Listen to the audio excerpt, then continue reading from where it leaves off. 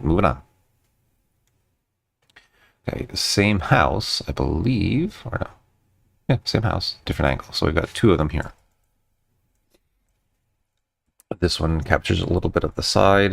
This one doesn't. I think we're going to go with this one to process. Okay. This one works a little bit better already.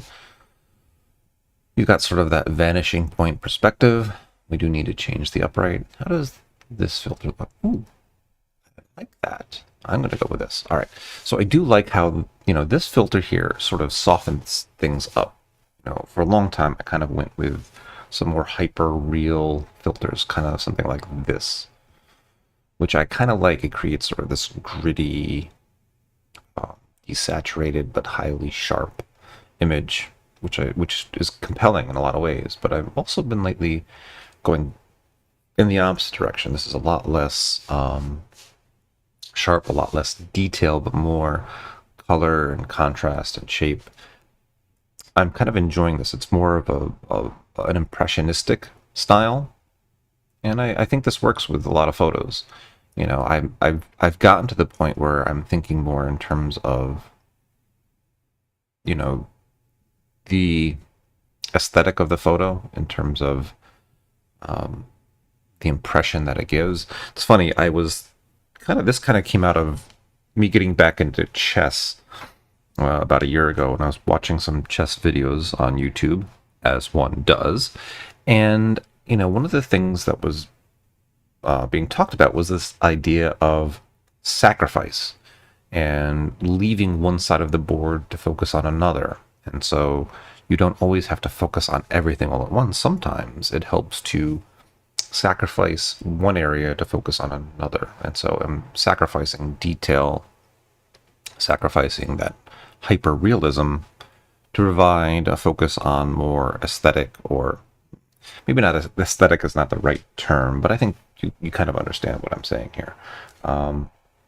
This idea that I'm more concerned with the way the photo looks overall rather than presenting the most hyper realistic version of it.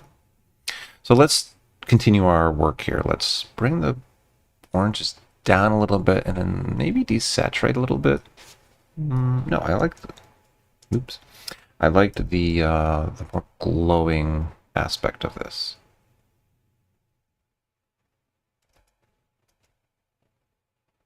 There we go. All right.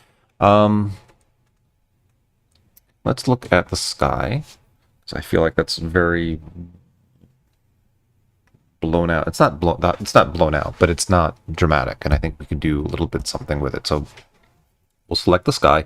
You'll notice that with a lot of these photos, I tend to work on the sky, then work on beneath the sky separately, to try and get a nice balance between dramatic contrasts of the two different elements. And this is part of what made this day's photography so challenging for me in particular, because this is the way I think. I think in terms of, the subject and then the sky. Subject and sky. And if I can have an interesting sky, or at the very least like a clear blue sky, it makes this style of photography a lot easier to accomplish in the field. Whereas when the sky is just slate gray, white, then there's not as much interest, and it's more challenging, at least for the style that I've been working on. Now here, if I add in some blue, a bit of phthalo blue. I used to say phthalo blue. I used to love watching those painting programs. Titanium white. Was it Bob Ross? And there was some other guy, had an accent, but he was, the joy that they had in the work that they were doing. I guess that's kind of an inspiration for what I'm doing here. I'm not painting per se, but I am in the process of creating, and this is my canvas, and these are my brushes and tools, and hopefully, out of all of this, it's interesting enough for people to enjoy and follow, and so that looks pretty nice. You know, contrast that to... Bleh. No. Yeah, not bad. So we'll move on from there. Ooh, this is interesting. The way the light sort of streams through here. This is a lens flare from the iPhone, but you know, the way it sort of comes through here creates this beam of light, almost as though it's, you know, the Eye of Sauron or something.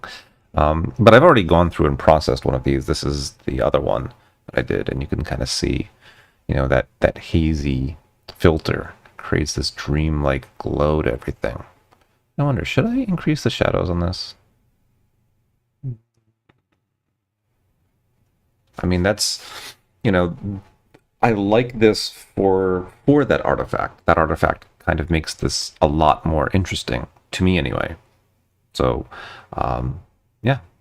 I mean, we've only gone 16 photos into this photo shoot, and there are 1,094 of them. This process does take a long time.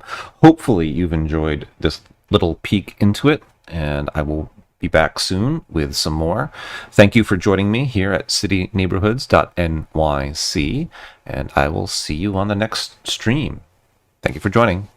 Enjoy your day.